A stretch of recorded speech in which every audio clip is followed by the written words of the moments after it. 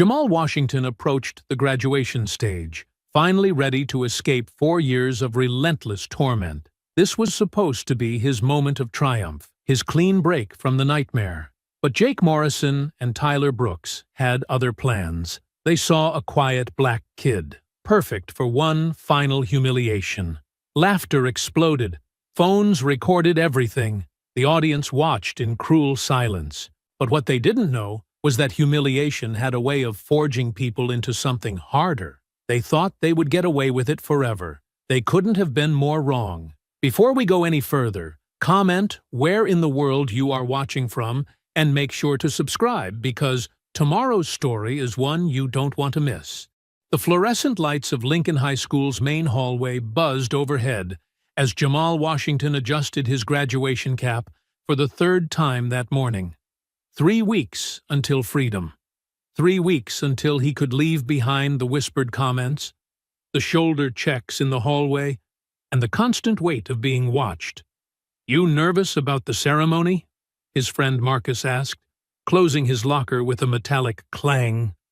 "More excited than nervous," Jamal replied, though his stomach churned as Jake Morrison and Tyler Brooks walked past, their conversation loud enough for him to hear.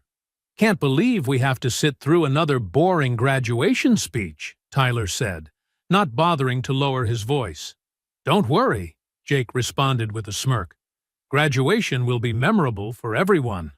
Jamal's jaw tightened, but he forced himself to keep walking. Just 3 more weeks. He'd survived 4 years of their casual cruelty. The accidental trips, the racist jokes disguised as humor, the way they made him feel invisible and hyper-visible at the same time. State University represented everything different. A fresh start, new people, a chance to be seen for his mind rather than targeted for his skin. That evening, Jamal sat at the kitchen table with his grandmother Rosa, addressing graduation announcements with careful handwriting. "Your mama would be so proud," Rosa said, her weathered hands smoothing the envelope. "First in our family to go to college on a scholarship." "Partial scholarship, Grandma," Jamal corrected gently. "But it's something. It's everything, baby. Between that scholarship and my savings, we'll make it work." Rosa's voice carried determination mixed with worry. She'd been working double shifts at the elementary school cafeteria, squirreling away every penny for his college expenses. "I know you're sacrificing for me," Jamal said. "I won't let you down. You've already made me proud." "Through everything!" Rosa's voice carried the weight of every parent-teacher conference where she'd advocated for her grandson. Every night she'd found him doing homework with a split lip or bruised ribs that he claimed came from falling down. "It's almost over," Jamal said. "After graduation, I never have to see them again." Rosa nodded, but something in her expression suggested she knew it wasn't that simple. "Just remember what I taught you about taking the high road. Your strength comes from your character, not your fists." The weeks passed in a blur of final exams and graduation preparations. Jamal threw himself into his studies, maintaining the grades that had earned him his partial scholarship to State University. He helped Rosa with her garden, read books on his future major, and counted down the days until he could walk across that stage with dignity. The night before graduation, he tried on his cap and gown in front of Rosa's old mirror. "Look at you," she whispered from the doorway. "So handsome, so smart. Tomorrow, you show everyone what the Washington family is made of." Jamal straightened his shoulders. Tomorrow, he would walk across that stage, shake the principal's hand, and accept his diploma as validation of 4 years of perseverance. Jake and Tyler would become memories, high school bullies who would fade into irrelevance as he built his real life. Graduation morning dawned bright and humid. The gymnasium filled with proud families, younger siblings fidgeting in their chairs, and the buzz of anticipation that marked the end of one chapter and the beginning of another. Jamal found his place in the alphabetically arranged line of graduates, his stomach fluttering with nervous energy. Around him, his classmates chatted excitedly about summer plans and college preparations. Some would attend community college, others would work, a few had military commitments. But today, they were all equals, all survivors of the same 4-year journey. Washington, Jamal, would be called near the end, giving him time to watch his classmates receive their diplomas and imagine his own moment on stage. Rosa sat in the third row, wearing her best dress and holding her old camera. She'd taken the morning off from her job at the elementary school cafeteria, something she rarely did, to be here for this moment. Her pride radiated across the gymnasium as she spotted her grandson in line. The ceremony began with the principal's welcome speech, followed by the valedictorian address from Sarah Chen, a quiet girl Jamal had shared several classes with over the years. As she spoke about perseverance and community, Jamal felt a surge of optimism about his future. The diploma presentations began. Each name called represented a small victory, a young adult ready to take on the world. Jamal watched his classmates walk across the stage, some stumbling nervously, others striding confidently, all of them transformed by the simple act of receiving that rolled piece of paper. As the alphabet progressed toward W, Jamal's heart began to race. This was it. This was his moment to claim what he'd earned through 4 years of academic excellence despite constant obstacles. Tyler. Jake, Principal Davis called, his voice echoing through the gymnasium speakers. The two boys walked confidently across the stage, their families applauding from the audience. Jake's father stood up, recording with his phone, while Tyler's mother beamed with obvious pride. As they descended the stage steps, Jake caught Tyler's eye and nodded toward where Jamal sat in the graduate line. They'd been planning this moment for weeks, waiting for the perfect opportunity to remind Washington exactly where he belonged. The ceremony continued with mechanical precision. Valdez, Maria, applause. Walker, James, more applause. Each name brought Jamal closer to his moment, his hands growing sweaty inside his graduation gloves. Rosa adjusted her camera, checking the battery one more time. She'd waited 18 years for this moment, watching her grandson walk across that stage with dignity, claiming the education his parents had never lived to see him achieve. Washington, Jamal. Jamal stood, his legs slightly unsteady, but his spine straight. The walk to the stage felt endless, every step carrying him toward vindication. He climbed the stairs, approached Principal Davis, and extended his hand for the diploma that represented everything he'd worked for. Principal Davis smiled and handed him the rolled certificate tied with Lincoln High's blue and gold ribbon. "Congratulations, Mr. Washington. Best of luck at State University." "Thank you, sir." Jamal's voice carried quiet pride as he accepted the diploma. Turning toward the audience, where Rosa sat, with tears streaming down her cheeks. That's when Jake and Tyler struck. They'd positioned themselves at the base of the stage stairs, ostensibly waiting to congratulate classmates. As Jamal descended, diploma clutched in his right hand, Jake stepped forward with a wide grin. "Hey, Washington, let me see that diploma. I want to check if it's real." Before Jamal could react, Jake snatched the certificate from his hand and tossed it to Tyler, who caught it with theatrical flair. "Looks fake to me," Tyler announced loudly, his voice carrying across the gymnasium. "I think someone made a mistake." The audience began to murmur, confusion rippling through the crowd.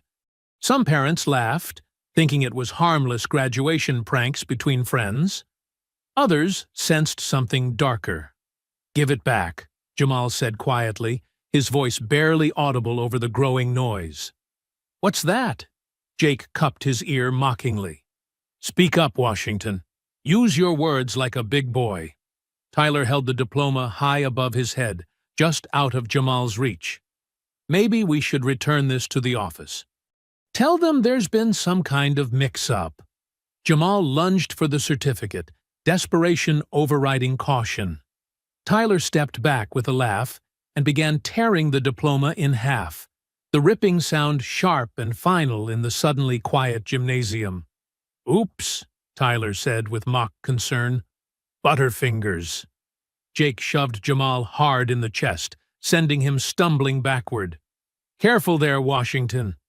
Don't want you to hurt yourself over some piece of paper." Jamal hit the ground hard, his cap flying off as laughter erupted from sections of the audience. Some people recorded with their phones, already composing social media posts about the funny graduation prank. The torn pieces of his diploma fluttered around him like confetti. From her seat, Rosa shot to her feet, her camera forgotten as she moved toward the stage. Her face had transformed from joy to pure fury, but security guards were already intervening, directing families to remain seated. Principal Davis stepped to the microphone, his voice strained. "Let's maintain order, please. We'll continue with the ceremony." Jake and Tyler high-fived each other, their mission accomplished. They'd reduced Jamal to exactly what they'd always seen him as, someone beneath them, someone whose achievements could be literally torn apart for their amusement. Jamal remained on the floor for several seconds, staring at the torn pieces of his diploma. Around him, the ceremony resumed as if nothing had happened. Other graduates received their certificates, while he sat surrounded by the shredded remains of 4 years of academic achievement. A teacher finally helped him to his feet, brushing off his gown with professional efficiency. "Are you hurt?" she asked quietly. Jamal shook his head, unable to find words. The physical pain from the fall paled compared to the devastation of watching his moment of triumph become public humiliation. As he walked unsteadily back to his seat, he heard Jake's voice behind him. "Just a prank, man. Don't be so sensitive." The laughter continued sporadically throughout the rest of the ceremony. Rosa remained standing, her hands clenched into fists, watching her grandson disappear into himself the way he had so many times before. When the ceremony finally ended with the traditional cap toss, Jamal didn't participate. He sat motionless as celebration exploded around him, torn diploma pieces still scattered at his feet like the remnants of a dream that had died in front of everyone he'd ever known. The ride home from graduation passed in suffocating silence. Rosa gripped the steering wheel so tightly her knuckles had gone white, while Jamal stared out the passenger window, watching familiar streets blur past. The torn pieces of his diploma sat in a plastic bag on his lap. Rosa had insisted they collect every fragment. "Those boys." Rosa finally spoke, her voice shaking with controlled rage. "What they did was evil. Pure evil." Jamal said nothing. What was there to say? That he'd endured 4 years of their cruelty only to have his moment of triumph destroyed in front of everyone? That the laughter would replay in his head forever? "We should report this to the school board, to the police. This was assault." "It won't matter," Jamal whispered. "It never matters." Rosa pulled into their driveway and turned off the engine. In the sudden quiet, she reached over and took her grandson's hand. "Baby, I need you to hear me. What happened today doesn't change who you are or what you've accomplished.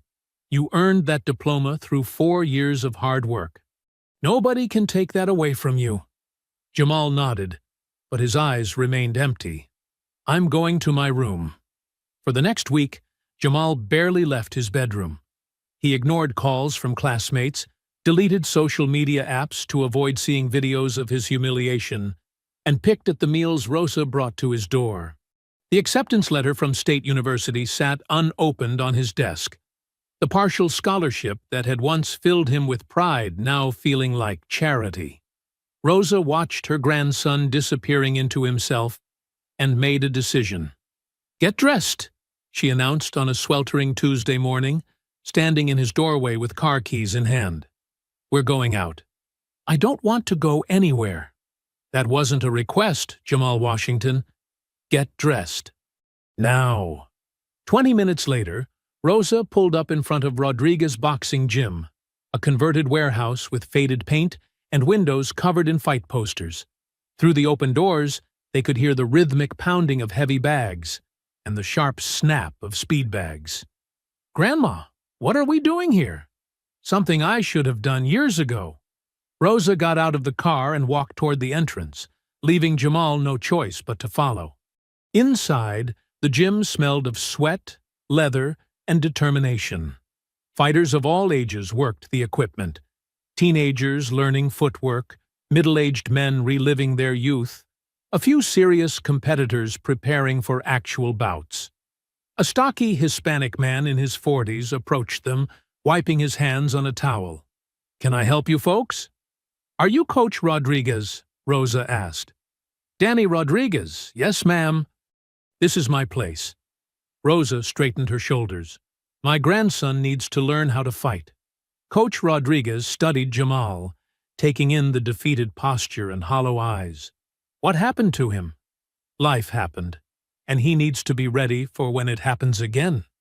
Jamal found his voice.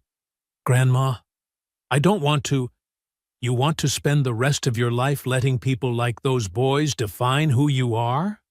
Rosa's voice carried steel. "Your parents didn't die in that car crash so you could give up. They died believing you'd fight for the life they couldn't live to see you have." Coach Rodriguez crossed his arms. "Fighting's not just about throwing punches, son. It's about discipline, control, knowing when to fight and when to walk away. You interested in learning that?" Jamal looked around the gym, watching fighters push themselves past their limits. Something stirred in his chest. Not anger, but hunger. Hunger to never feel helpless again. "Yes, sir." The summer transformed Jamal in ways he hadn't imagined possible. Every morning at 6, he was at the gym, learning footwork and form.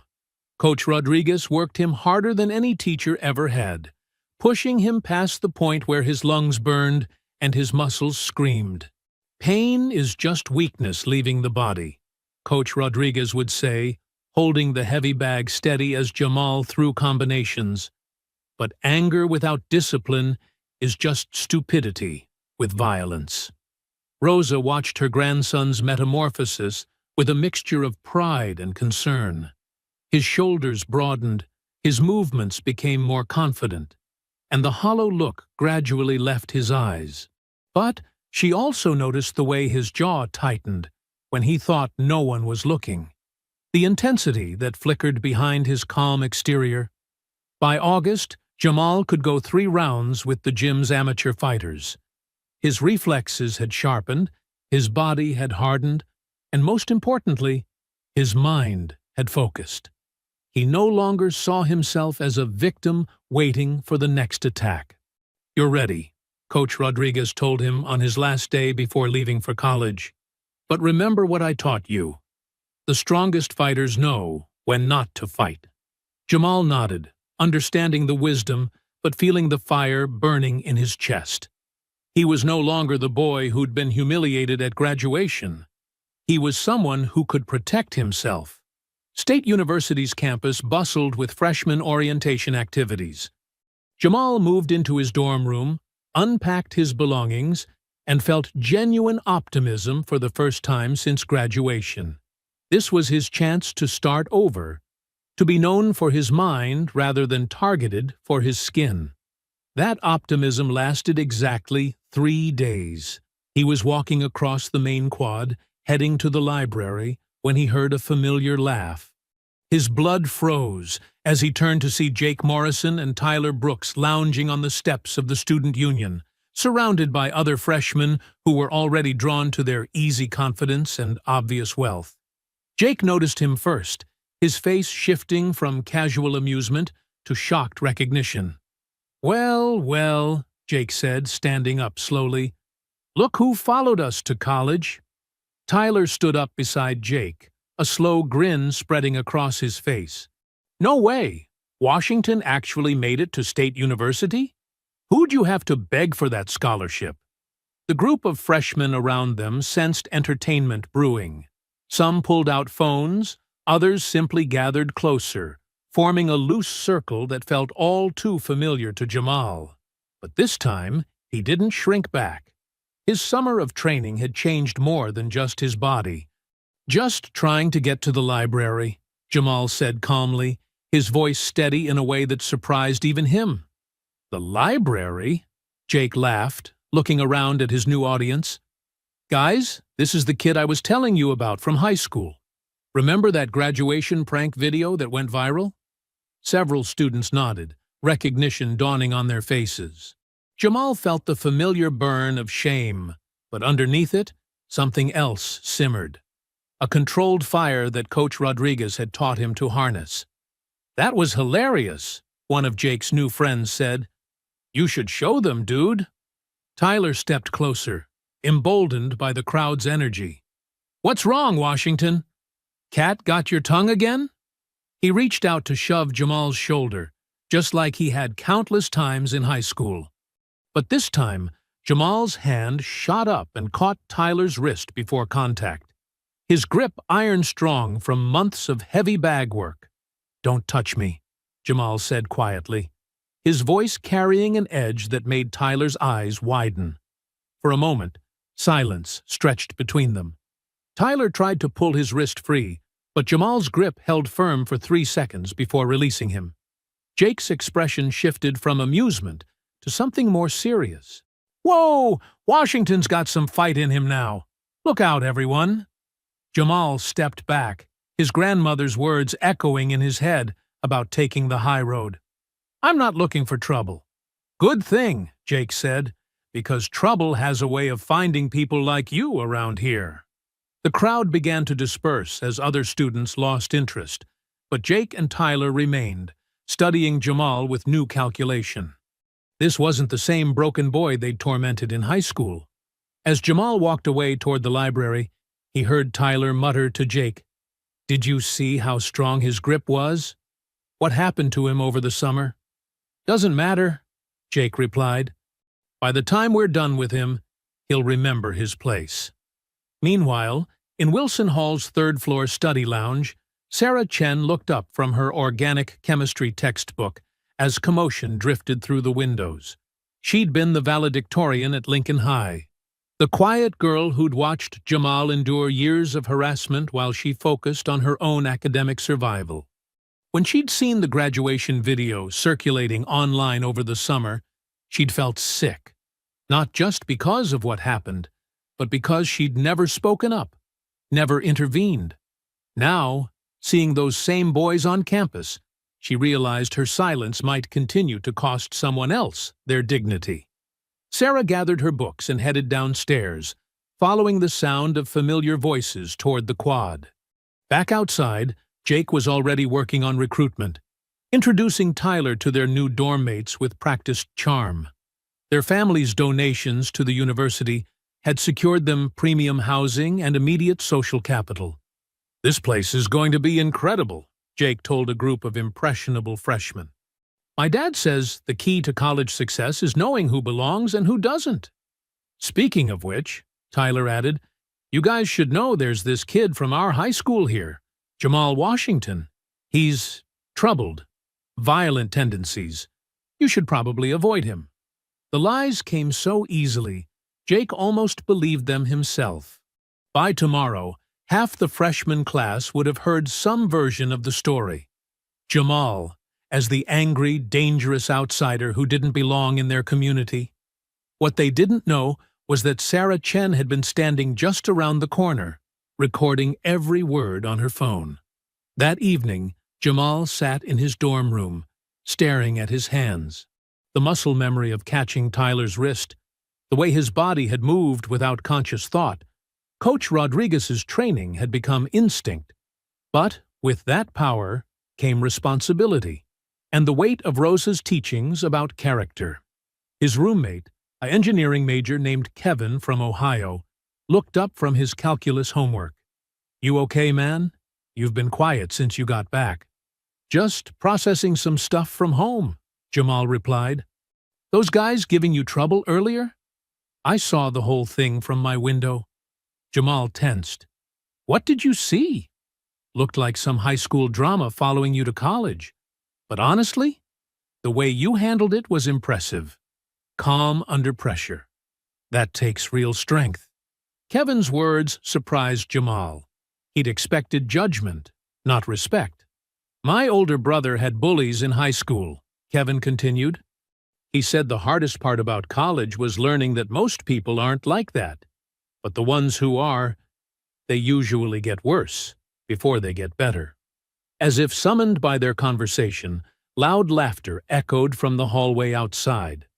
Jake and Tyler's voices carried clearly through the thin dorm walls as they regaled their new friends with exaggerated stories from high school, each tale designed to establish their dominance and Jamal's otherness.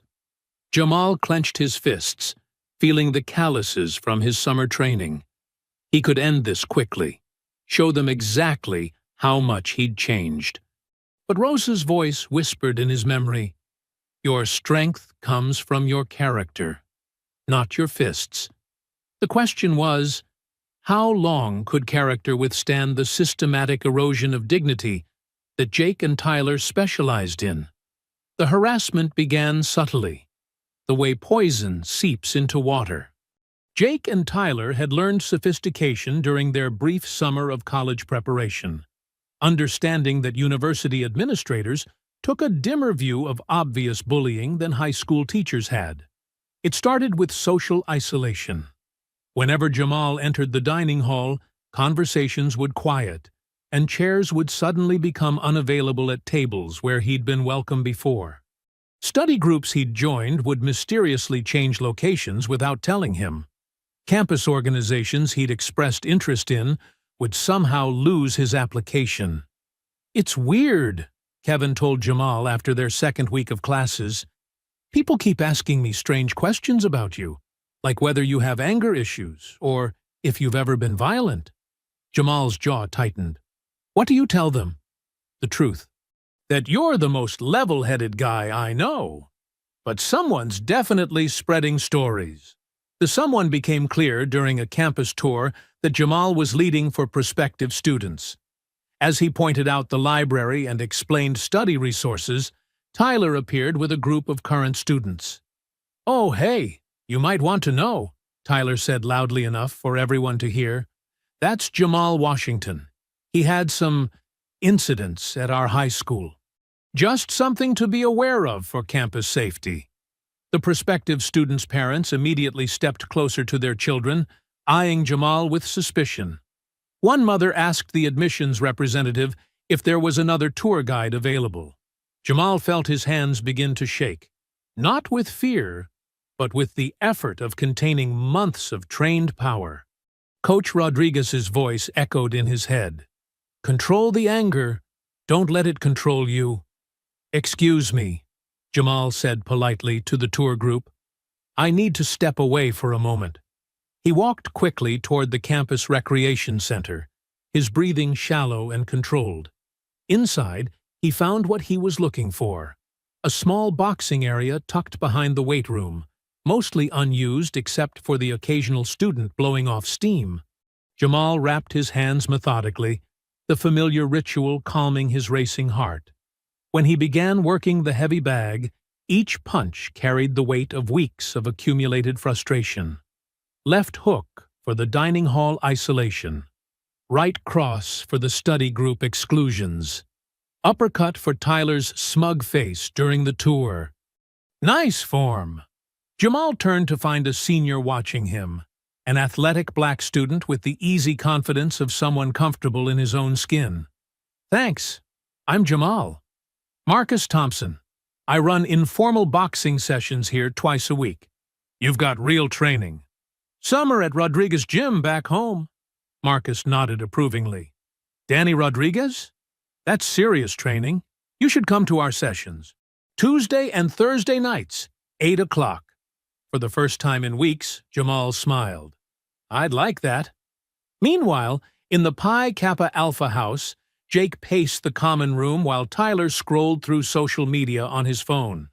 "It's not working," Jake said, frustration sharp in his voice. "He's not breaking like he used to." "Maybe he's just better at hiding it," Tyler replied, not looking up from his screen. "No, it's more than that. Did you see how he handled himself during that tour thing?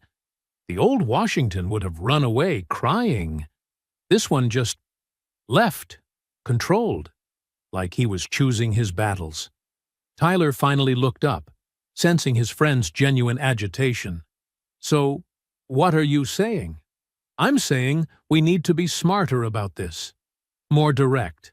Make him react in a way that shows everyone who he really is underneath all that fake composure." "What did you have in mind?" Jake's expression hardened. "Something that reminds him exactly what happened at graduation. Something public enough that he can't just walk away from." Back at the recreation center, Jamal was discovering something unexpected: respect. The students who came to Marcus's boxing sessions treated him as an equal, judging him solely on his skill and character inside the ring. "You've got natural timing," Marcus told him after their first session together. "But more importantly, you've got discipline. Some guys come in here just wanting to hit things. You're actually learning." Sarah Chen, who had been quietly documenting Jake and Tyler's harassment campaign, finally approached Jamal after their American literature class. "We need to talk," she said quietly, as other students filed out. "About what?" "About what's happening to you on campus. I know what Jake and Tyler are doing because I've been recording it." Jamal stared at her. "Recording it? Someone needs to be keeping track. What they did at graduation was just the beginning. They're systematically trying to destroy your reputation here before you can establish yourself. Why do you care?" Sarah's expression grew somber. "Because I should have cared 4 years ago. I was valedictorian, but I was also a coward. I watched them torment you and said nothing, because I was afraid they'd turn on me. And now? Now I'm tired of watching good people suffer while bad people win through manipulation and lies." Jamal considered her words. Having an ally, especially one as respected as Sarah, could change everything. But it also meant acknowledging that the situation was escalating beyond his ability to handle alone. "What do you think I should do?"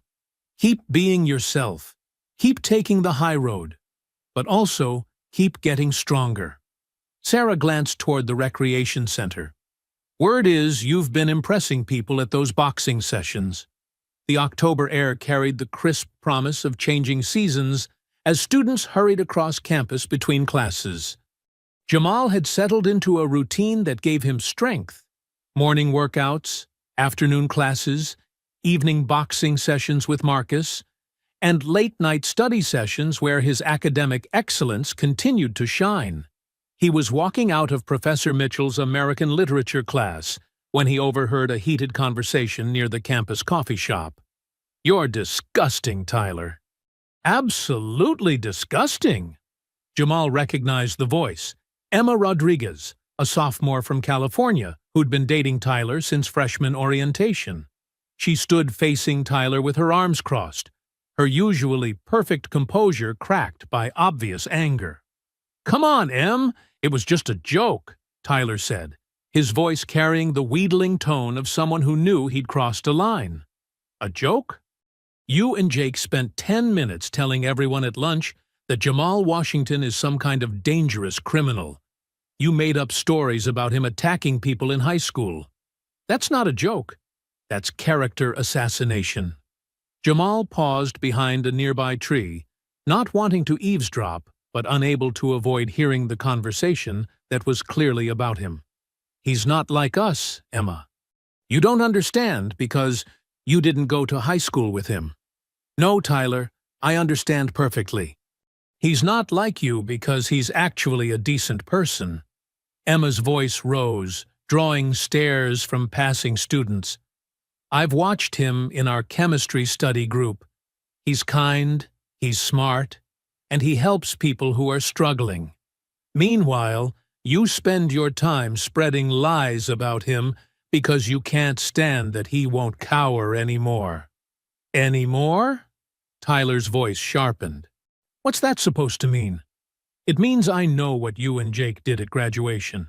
I saw the video. And frankly, it made me sick to my stomach that I was dating someone capable of such cruelty. Tyler stepped closer, his face flushing red. You're overreacting. It was high school stuff. Boys being boys. Boys being boys? Emma's laugh was bitter. You humiliated another human being on what should have been one of the proudest days of his life. You destroyed his diploma in front of his grandmother. That wasn't boys being boys, Tyler. That was racism and bullying. And I won't pretend otherwise anymore. The word racism hung in the air like a challenge. Tyler looked around nervously, aware that other students were listening. Don't throw that word around so casually, he said, lowering his voice. What other word fits? You target him because he's black, because you think you're better than him, because your daddy's money has convinced you that other people exist for your entertainment. Tyler's face went from red to white. Emma, you're being dramatic. I'm being honest. And I'm done. Emma pulled off the silver bracelet Tyler had given her for her birthday and dropped it at his feet. We're finished.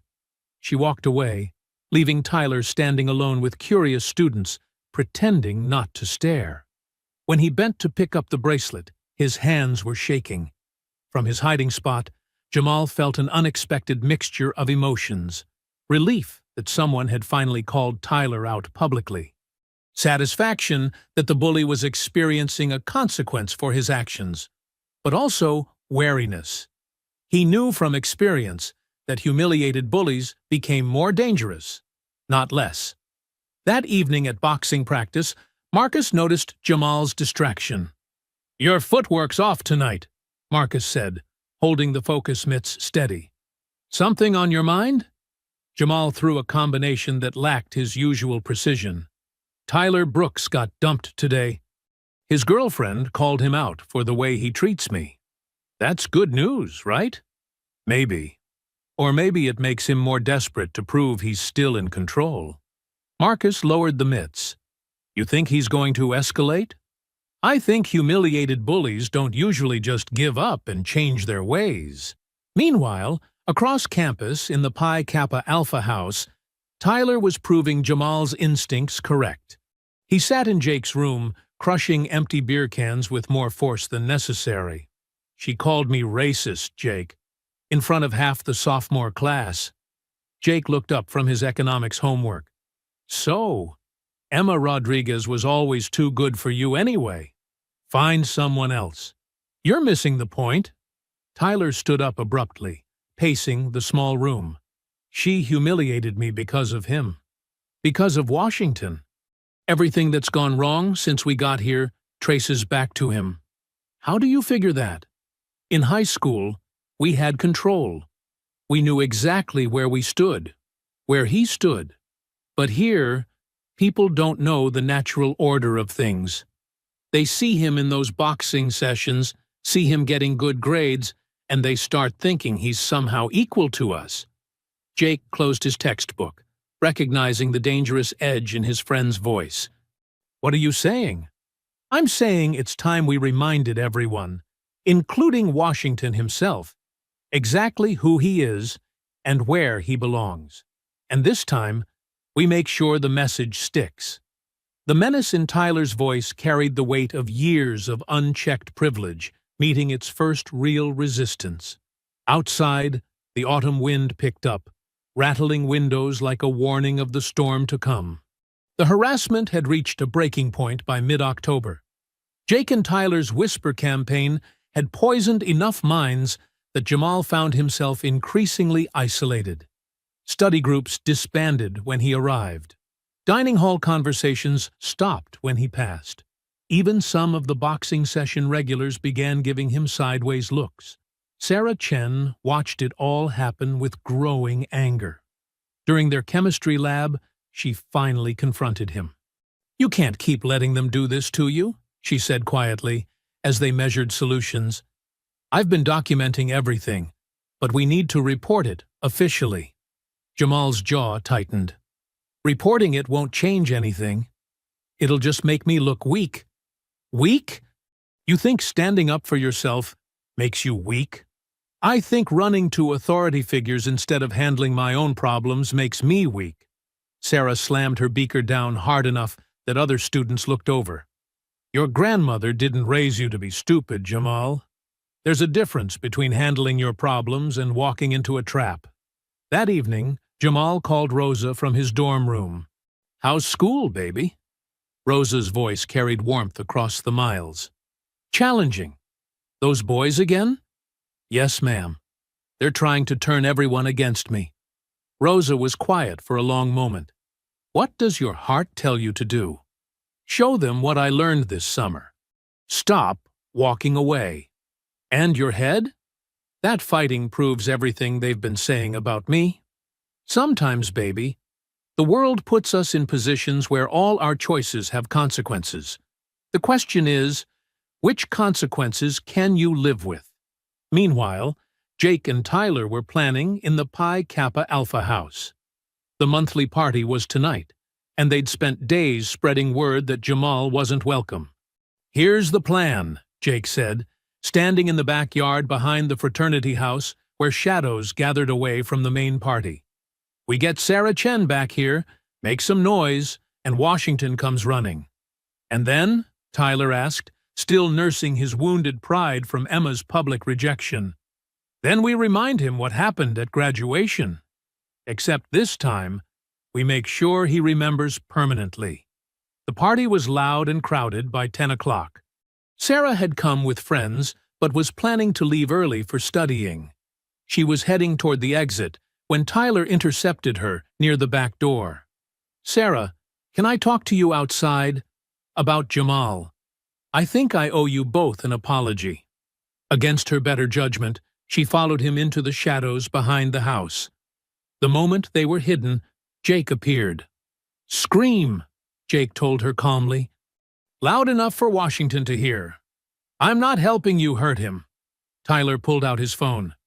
Hey, Washington, you need to get to Pi Kappa House right now. Your girlfriend's in trouble. Sarah heard Jamal's sharp voice through the speaker. What trouble? Sarah, are you there? Jamal, don't! Sarah started, but Jake covered her mouth. Better hurry, Tyler said, before something really bad happens. Jamal was at the recreation center when the call came, working the heavy bag to burn off frustration. Marcus saw his face change as he answered the phone. What's wrong? Marcus asked.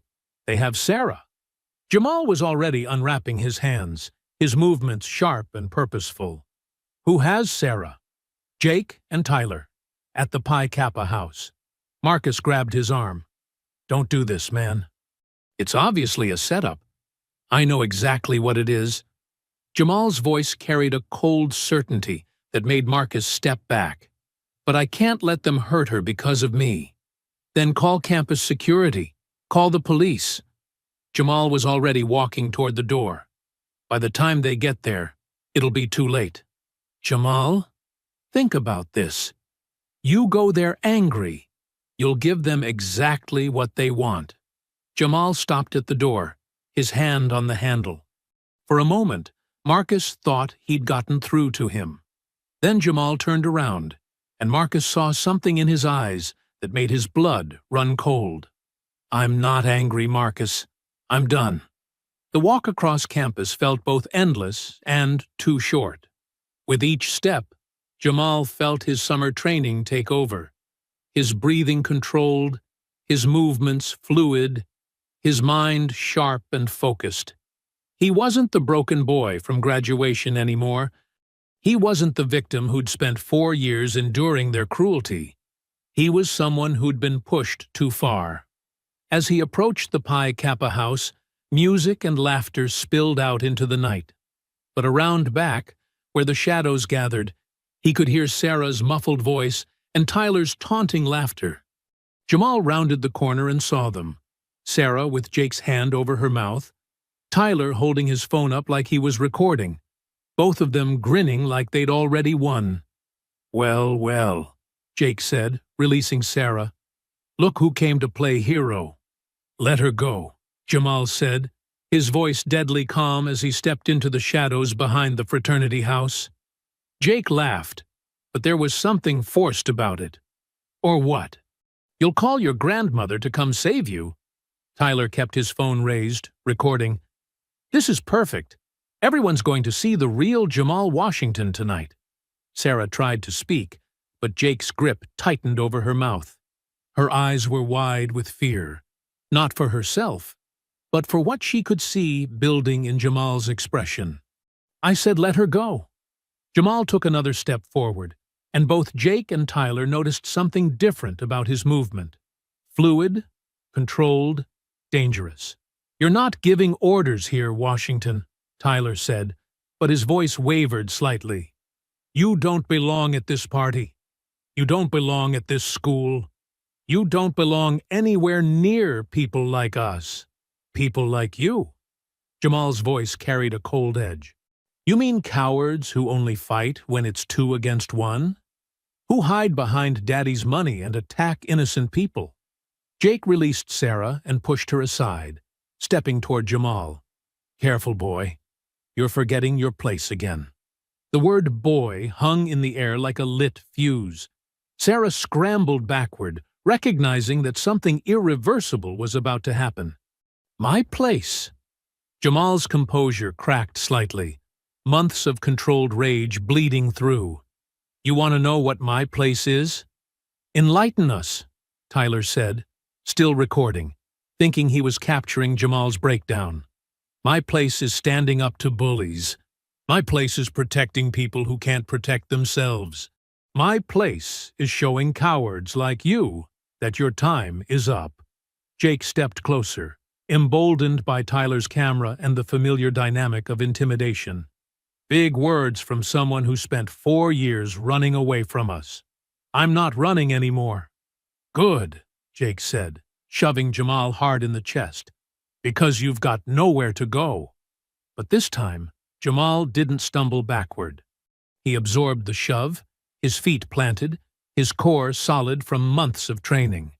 Jake's eyes widened with surprise. "What happened to you over the summer, Washington?" Tyler asked, lowering his phone slightly. "I learned how to fight." Tyler laughed nervously. "Against who? Your grandmother?" "Against people who actually know how to throw a punch. Not spoiled rich kids who've never been hit back." Jake threw a wild swing at Jamal's head, the same kind of untrained haymaker that had worked in high school when Jamal was smaller and weaker. But Coach Rodriguez had drilled Jamal for months on exactly this scenario. Jamal slipped the punch easily, Jake's fist whistling harmlessly past his ear. Before Jake could recover his balance, Jamal's right cross caught him flush on the jaw, dropping him to his knees. "Holy!" Tyler started, his phone forgotten as he watched his best friend spit blood onto the grass. Jake struggled to his feet, his coordination clearly affected. "You're dead, Washington. You just assaulted me. I'll have you arrested." "For defending myself? Against 2 guys who lured me here with threats against an innocent girl?" Jamal gestured toward Sarah, who was still recording everything on her own phone. "Good luck with that story." Tyler realized the situation had shifted beyond their control. "Jake, maybe we should—" "Shut up!" Jake wiped blood from his mouth, his privileged worldview cracking as he faced the first real consequence of his actions. "Nobody does this to me. Nobody!" He charged at Jamal again, but desperation made him sloppy. Jamal sidestepped and caught Jake with an uppercut that lifted him off his feet before he crashed back down, unconscious. Tyler stared at his friend's motionless form, then at Jamal, who stood over Jake with his fists still raised, breathing hard but controlled. "Your turn," Jamal said quietly. I don't want to fight you," Tyler stammered, finally understanding that they'd pushed someone past his breaking point. "You should have thought about that before you spent months trying to destroy my life. Before you used Sarah as bait. Before you decided I was your entertainment." Tyler threw a desperate punch, more out of panic than strategy. Jamal caught his wrist, the same way he had during their first encounter on campus. But this time he didn't let go. With Tyler's arm trapped, Jamal drove his knee into Tyler's ribs, then released him to throw a combination that sent Tyler crashing into the fraternity house wall. Both bullies lay groaning in the shadows, their 4 years of casual cruelty finally meeting consequences they couldn't buy or charm their way out of. Jamal stood over them, his chest heaving, his fists bloody, but his mind clear. For the first time since graduation, he felt like himself again. "It's over," he said, looking down at Jake and Tyler. "You're done." Sarah helped Jamal check his knuckles for serious damage when the sound of sirens cut through the party music. Red and blue lights began flashing across the fraternity house walls. "Someone called the police," Sarah said, her voice tight with worry. Jake struggled to sit up against the wall, blood still trickling from his nose. "Yeah, I did. Right after this maniac attacked us." Tyler was pulling his phone out with shaking hands. "I got most of it on video. Jamal Washington assaulting 2 students unprovoked." "That's not what happened," Sarah protested. "I saw everything." "You saw your boyfriend lose control and try to kill us," Jake said, wiping blood from his mouth. Sarah reached for her phone, realizing with horror that in the chaos of being grabbed and threatened, she'd dropped it. The screen was shattered, the device completely dead. Campus security arrived first, followed immediately by city police. Officer Martinez, a veteran cop who took one look at the scene, 2 bloodied white students and 1 standing black student with bruised knuckles, and his expression hardened. "Who wants to tell me what happened here?" Officer Martinez asked. Jake immediately pointed at Jamal. "That guy attacked us! Jamal Washington! He's been making threats all semester, and tonight he just snapped and tried to kill us." Tyler held up his phone triumphantly. "I got it all on video. He came out of nowhere throwing punches like a maniac. Look at what he did to us." Officer Martinez looked at the video Tyler showed him. Shaky footage that began with Jamal throwing his first punch, with no context of what led up to it. "Officer, that's not the whole story," Sarah said desperately. "They lured me back here. They threatened me to get him to come." "Miss, step back, please," Officer Martinez said dismissively. "Son," he addressed Jamal, "turn around and put your hands behind your back." "Officer, wait," Sarah tried again. "I'm a witness. They used me as bait. Without video evidence or other witnesses, it's your word against theirs," Officer Martinez replied. "And I've got 2 victims and clear video of the assault." Jake's father's voice carried across the parking lot as he arrived with Tyler's parents, all having received frantic calls. "Officer, I'm Robert Morrison. These boys were brutally attacked by this individual." The presence of the wealthy parents immediately shifted the dynamic. Officer Martinez's demeanor became more deferential. "My son called me immediately after the assault," Robert Morrison continued. "This Washington character has been stalking and threatening Jake all semester. We have witnesses to his erratic behavior." "That's completely false," Jamal started. "Son, you have the right to remain silent," Officer Martinez said, producing handcuffs. "I suggest you use it." Tyler's mother dabbed at her eyes dramatically. "Look what he did to our boys. They could have been killed. We want full prosecution." Sarah watched helplessly as her broken phone was dismissed as irrelevant evidence. Without it, she had no proof of the threatening phone call, no record of Jake covering her mouth, no documentation of their premeditation. "Officer, please," she tried one more time. "I've been documenting their harassment of Jamal for weeks. I have evidence on my computer." "Miss Chen," Officer Martinez said firmly, "emotional testimony from a friend isn't evidence. We have video of the actual assault and 2 clear victims." Jake was helped to his feet by EMTs, playing up his injuries. "Officer, I want to press full charges. This maniac could have killed us." "We're talking about expulsion from the university," Robert Morrison added. "My family has donated significantly to this institution. We won't tolerate violent criminals on campus." As Jamal was led toward the police car, he caught Sarah's eye. She was crying now, frustrated and powerless, her broken phone useless in her hands. "I'll find another way to prove what really happened," she called after him. "Don't give up." Jake's father put his arm around his son's shoulders.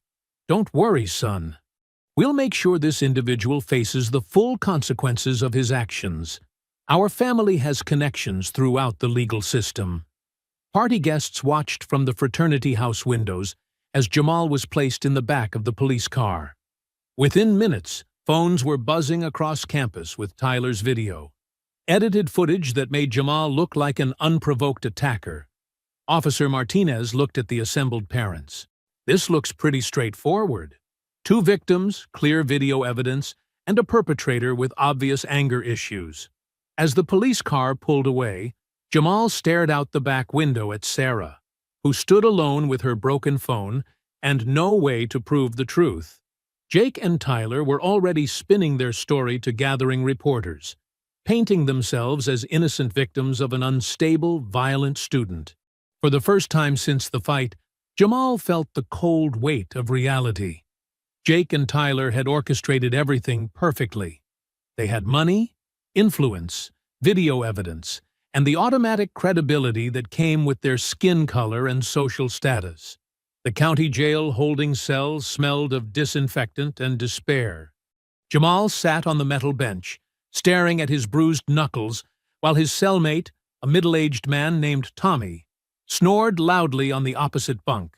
The charges were serious: aggravated assault, battery, and disturbing the peace. His court-appointed attorney had been brutally honest about his chances. "The video doesn't look good for you, son," James Crawford had said during their brief meeting.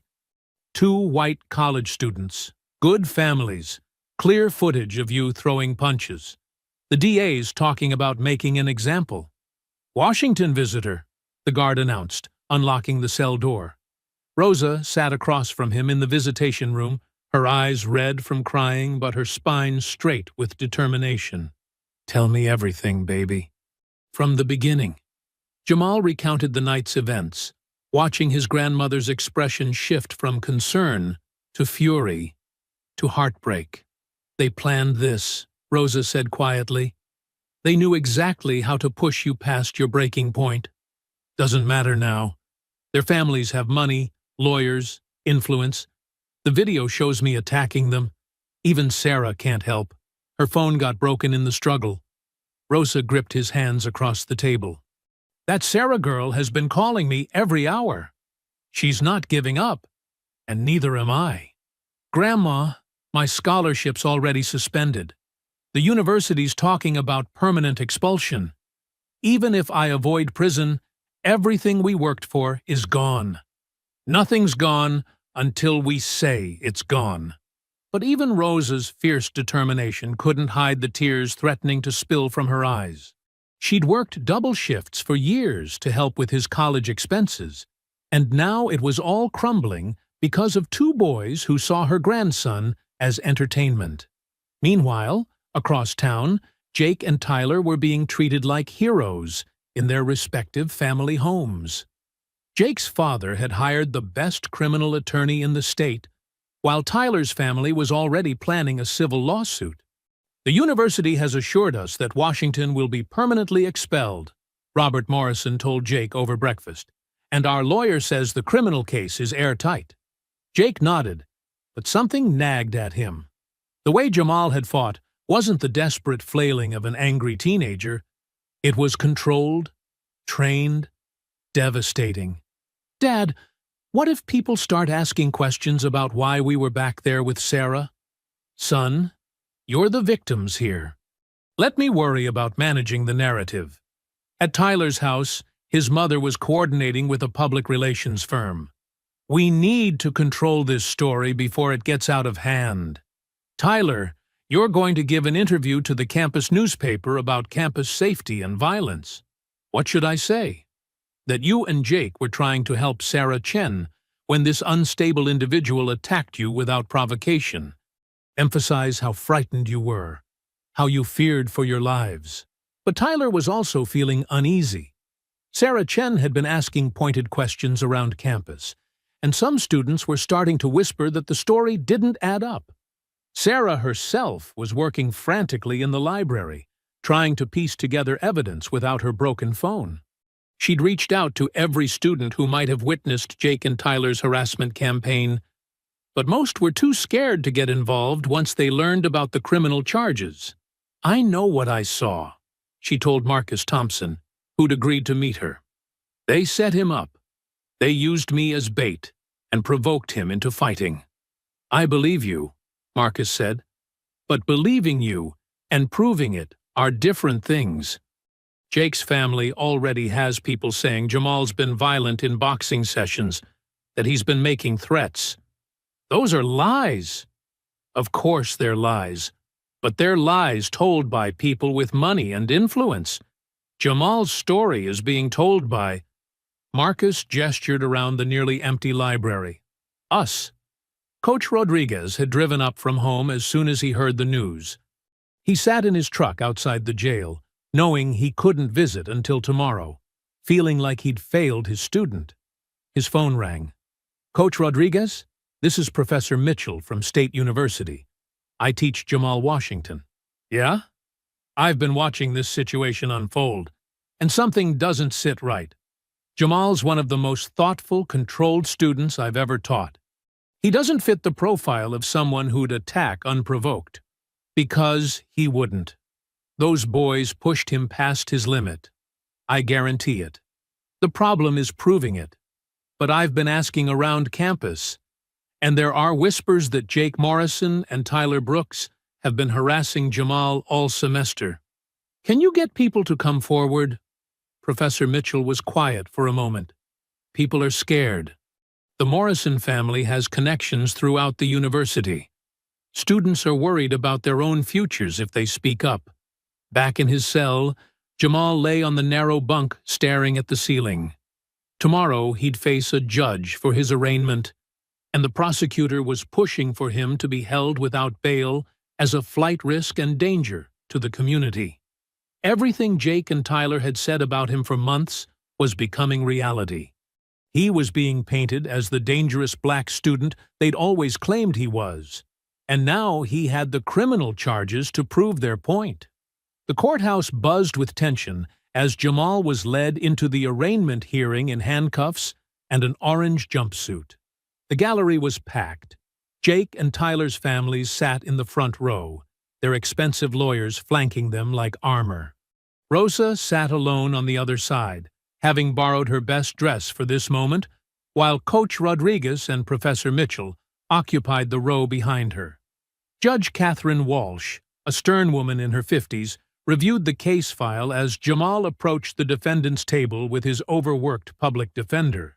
"Your Honor," Prosecutor Jennifer Hayes began, "the state is seeking to hold Mr. Washington without bail.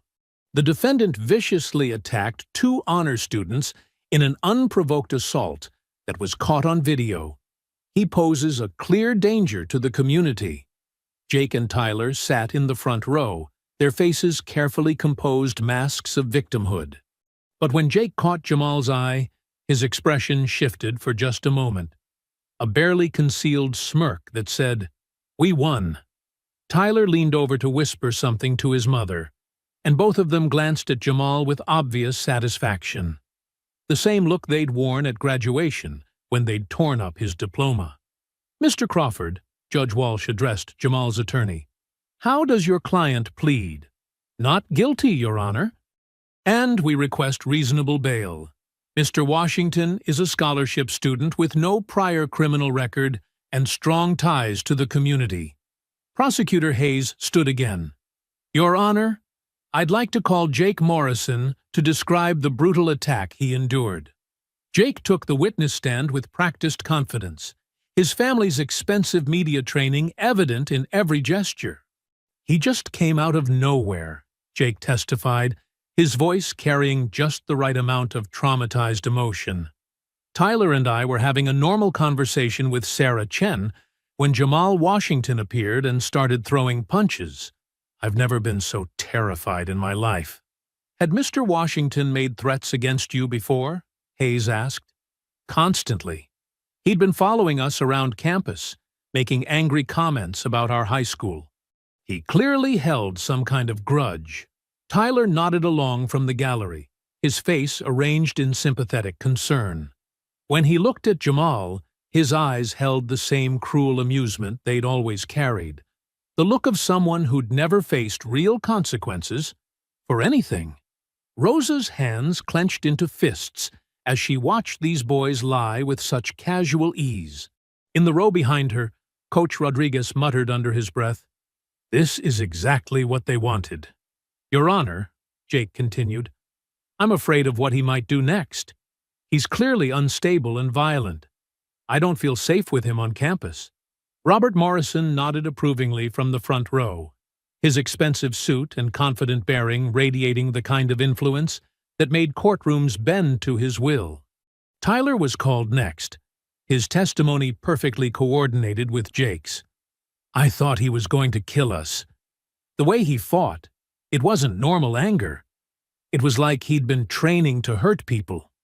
When Tyler's eyes met Jamal's during his testimony, he allowed himself a small, triumphant smile, the same smile he'd worn when he'd ripped up the diploma, when he'd shoved Jamal at graduation while the crowd laughed. "I have video evidence of the attack," Tyler added, producing his phone. "It shows everything." The prosecutor played the video for the court, shaky footage that began with Jamal's first punch, with no context of what preceded it. The brutal efficiency of Jamal's fighting was undeniable, each strike precise and devastating. "As you can see, Your Honor," Hayes said, "this was not a moment of passion, but a calculated assault by someone trained in violence." Jamal's attorney tried to object. "Your Honor, this video doesn't show what led to the altercation." "The video speaks for itself, Mr. Crawford. The defendant clearly initiated violence against two defenseless students." From the gallery, Jake's father leaned forward with satisfaction. His donations to various judicial campaigns were paying dividends, and he made sure Jamal could see his confident expression. Tyler's mother dabbed her eyes with a handkerchief, playing the role of grieving parent to perfection. But when she thought no one was looking, she exchanged a knowing glance with Robert Morrison. They'd orchestrated this perfectly. "Your Honor," Prosecutor Hayes concluded, "Jamal Washington represents a clear and present danger. We request he be held without bail pending trial." Judge Walsh looked down at Jamal, who stood silently between his overwhelmed attorney and the weight of systematic injustice. The evidence seemed overwhelming. Video footage, victim testimony, character witnesses for the plaintiffs, and a defendant who fit every stereotype about dangerous young black men. "Mr. Washington," Judge Walsh said, "do you have anything to say before I rule on bail?" Jamal looked out at the gallery, at Jake and Tyler's smirking faces, at their families' confident expressions, at Rosa's heartbroken but determined eyes. The same people who'd laughed at his humiliation were now watching his complete destruction with obvious pleasure. "No, Your Honor," Jamal said quietly. "Nothing I say here matters." The truth in those words hung heavy in the courtroom air, acknowledged by everyone present, but spoken by no one else. Judge Walsh was about to rule on bail when the courtroom doors burst open. Detective Maria Santos strode in, her expression grim and determined, carrying a manila folder thick with documents. "Your Honor, I apologize for the interruption, but new evidence has come to light that directly impacts these proceedings." Prosecutor Hayes looked annoyed. "Your Honor, this is highly irregular." "Detective Santos," Judge Walsh said, recognizing the veteran investigator, "this better be significant." "It is, Your Honor." we've uncovered evidence that completely contradicts the testimony given here today. Jake's confident expression faltered slightly. Tyler shifted uncomfortably in his seat, glancing at his parents with the first hint of worry.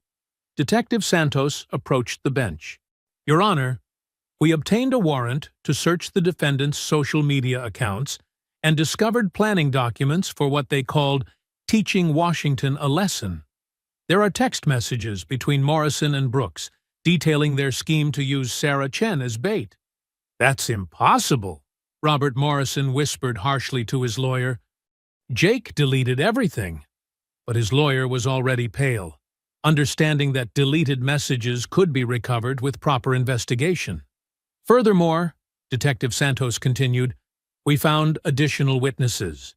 Emma Rodriguez, Tyler Brooks's ex-girlfriend, has come forward with recorded conversations where Brooks explicitly discussed plans to destroy Washington's reputation and make him snap so everyone sees what he really is."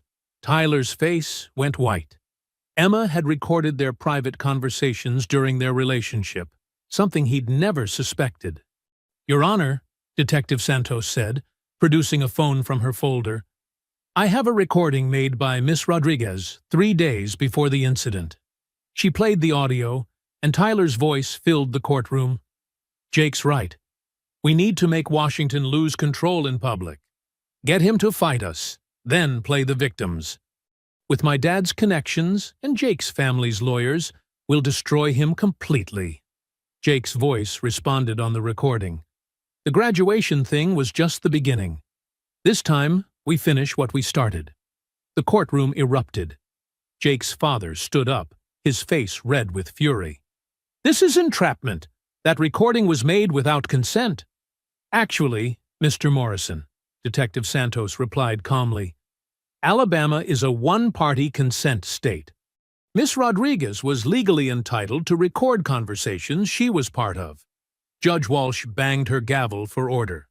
"Prosecutor Hayes, were you aware of this evidence?" Hayes looked genuinely shocked. "No, Your Honor. This is the first I'm hearing of any of this." "There's more," Detective Santos continued. "We also have security footage from the campus library showing Morrison and Brooks researching legal precedents for assault cases, specifically looking up scenarios where alleged victims could claim self-defense."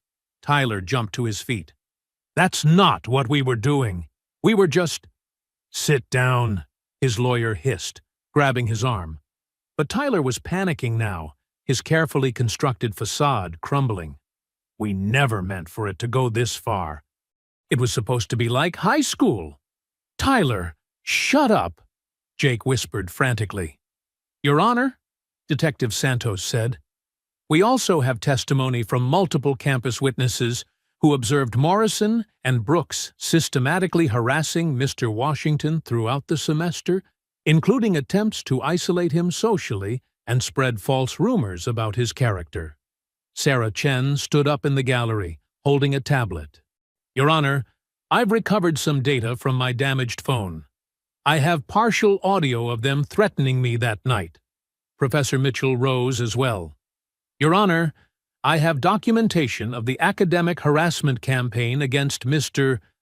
Washington, including evidence that Morrison and Brooks attempted to sabotage his participation in study groups and campus activities." Jake's father was whispering urgently with his lawyer, who was shaking his head repeatedly. The expensive legal strategy they'd planned was collapsing in real time. "Detective Santos," Judge Walsh said, "what are you recommending?" "Your Honor, based on this evidence, we believe Jake Morrison and Tyler Brooks should be charged with conspiracy, false imprisonment, filing false police reports, and perjury.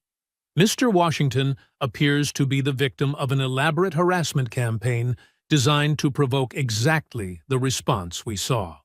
Rosa burst into tears of relief in the gallery. Coach Rodriguez put his hand on her shoulder, his own eyes bright with vindication.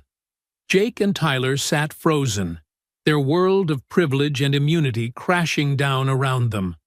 The smirks were gone, replaced by the pale recognition that their actions finally had consequences.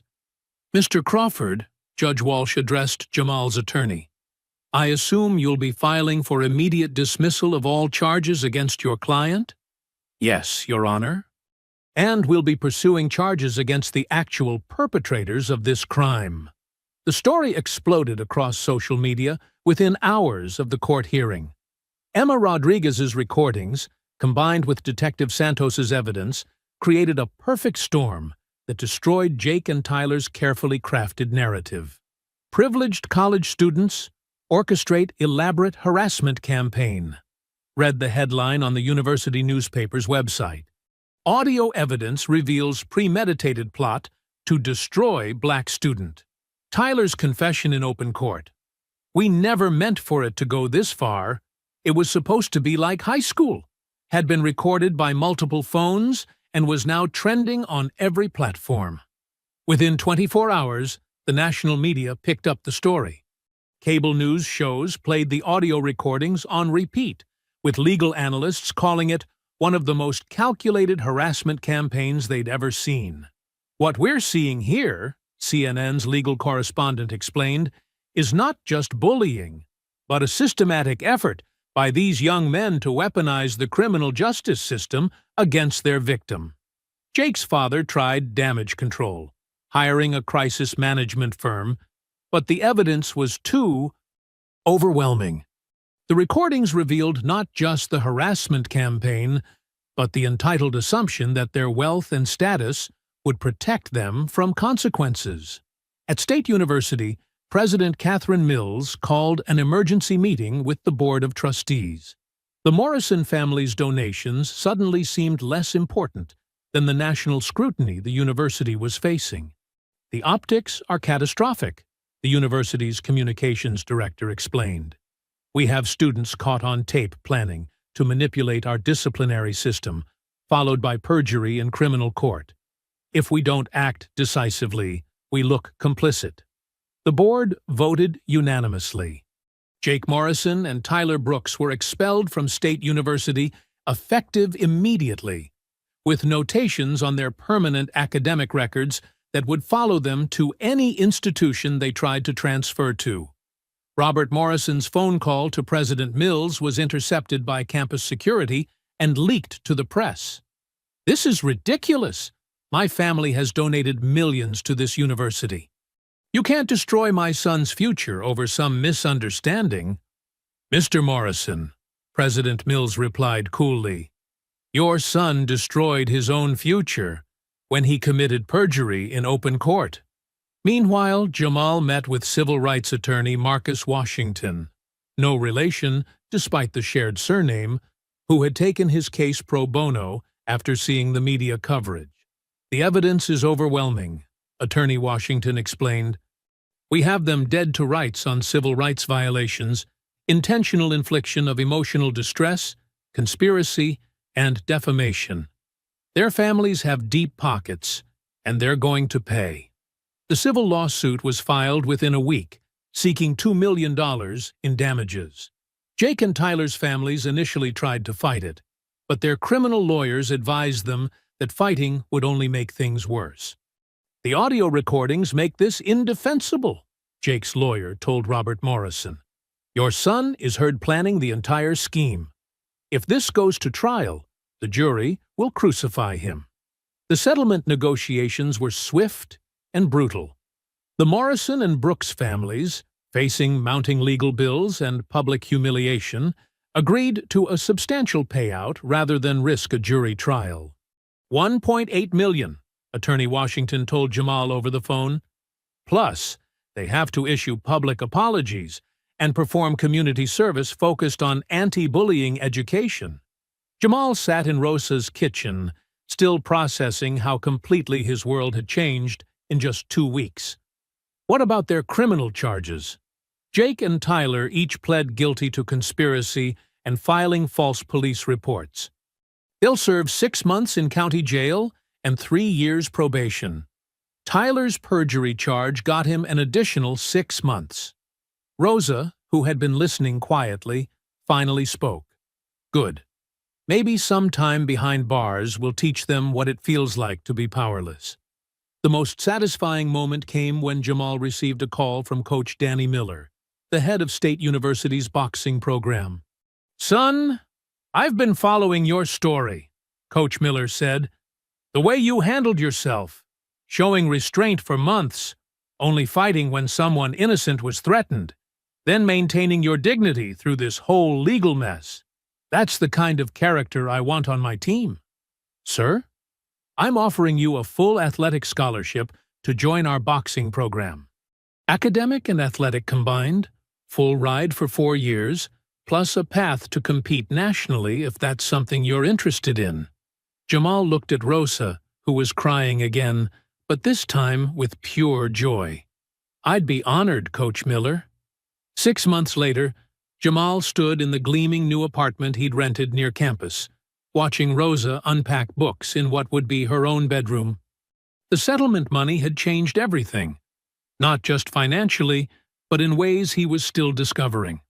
"I still can't believe this place is ours," Rosa said, running her hand along the granite countertop in the kitchen. "A dishwasher, baby. I haven't had a dishwasher since your parents were alive." Jamal smiled, remembering the cramped house where Rosa had worked double shifts just to keep the lights on. "The lawyer says after we pay taxes and set aside money for your retirement, we'll still have enough for you to quit that cafeteria job permanently." "Quit?" Rosa laughed. "Honey, I'm going back to teaching. Principal Davis already offered me a position at Lincoln Elementary. Says they need someone who knows how to fight for kids who can't fight for themselves." The irony wasn't lost on either of them. Rosa would be returning to the same school district where Jake and Tyler had tormented her grandson, but now as an advocate rather than a bystander. Coach Miller knocked on the apartment door, arriving for their weekly check-in. The boxing program had become more than just athletics for Jamal. It was therapy, discipline, and purpose rolled into one. "How are you feeling about the regional tournament next month?" Coach Miller asked, settling into the comfortable couch that Rosa had picked out with obvious delight. "Ready," Jamal said simply. "More than ready." The transformation was visible in everything about him. His shoulders carried confidence instead of defensive tension. His voice held authority rather than the careful quiet of someone trying to avoid notice. The broken boy from graduation had been replaced by a young man who knew his worth. "The ESPN interview requests keep coming in," Coach Miller mentioned. "You sure you want to keep declining them?" "For now. I want to earn my place in the ring first, then tell my story." Rosa beamed with pride. "That's my grandson. Never taking shortcuts, always earning what he gets." Sarah Chen arrived for their weekly study session, carrying coffee and wearing the confident smile of someone who'd found her own voice through the ordeal. She'd been accepted into pre-med programs at 3 top universities, her courage in standing up for truth having caught the attention of admissions committees. "Any word from those two?" Sarah asked, settling at the dining room table where Jamal's textbooks were already spread out. "Their lawyer says they're having a rough time in county jail," Jamal replied. "Apparently, bullies don't do well when they can't hide behind daddy's money." "Good," Sarah said with satisfaction. "Maybe they'll learn something about consequences." The settlement had been more than just money. It was validation. Every dollar represented acknowledgement that what had happened to him was wrong, that his pain mattered, that justice could prevail even when the system seemed rigged against him. Professor Mitchell stopped by that evening, as he did every few weeks, carrying Jamal's latest essay marked with an A+ and extensive comments. "Your writing has evolved remarkably," Professor Mitchell said. "There's a depth to your analysis now, an understanding of injustice and redemption that comes from lived experience." "I had good teachers," Jamal replied, glancing at Rosa, who was preparing dinner in her new kitchen with obvious joy. "The university wants to feature your story in the alumni magazine," Professor Mitchell continued. "From harassment victim to scholarship athlete, to academic achiever. It's inspiring. Jamal considered this. Maybe, when I'm ready. That night, as Rosa settled into her own bedroom for the first time in decades, Jamal sat at his desk working on an application essay for law school. His academic scholarship and boxing success had opened doors he'd never imagined. But he'd found his true calling watching Detective Santos and Attorney Washington fight for justice. His phone buzzed with a text from Marcus Thompson. "Saw the news about your tournament ranking. Told you that summer training would pay off." Jamal smiled, remembering the broken phone call Rosa had made to Coach Rodriguez after graduation, begging him to teach her grandson how to fight. She'd known then what Jamal had taken months to understand. Sometimes you had to be strong enough to demand respect before the world would give it to you. The diploma that Jake and Tyler had torn up at graduation had been replaced by something better. A life built on his own terms, surrounded by people who valued his character, with resources to help others facing similar battles. I hope you enjoyed that story. Please like the video and subscribe so that you do not miss out on the next one. In the meantime, I have handpicked 2 stories for you that I think you will enjoy. Have a great day.